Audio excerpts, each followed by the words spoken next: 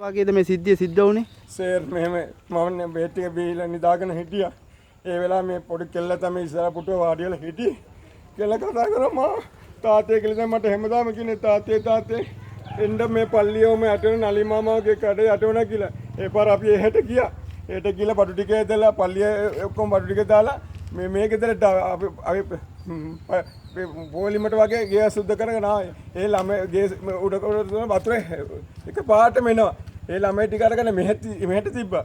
මෙහෙට තියලා විනාඩියක් උන්නේ මොනවාද ලංකා නිතුන වගේ ලොකු සද්ද දෙකක් වුණා. ඊට පස්සේ අපිට කිසිම දෙයක් දන්නේ උනේ කියලා. ඊට පස්සේ මම අපි හැමෝම හොයන කරෝලි පේන්නේ.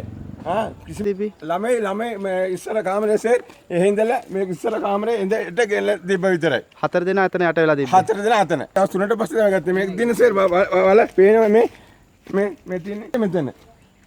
මෙතන දවස් 3කට පස්සේ දවස් 3කට පස්සේ ගත්තේ.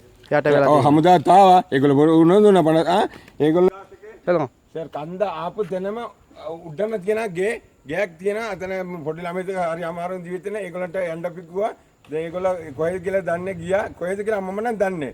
ඊට උඩ තියෙන එකක් අල්ලපු ගියා අපිට තින්න එපා කිව්වා.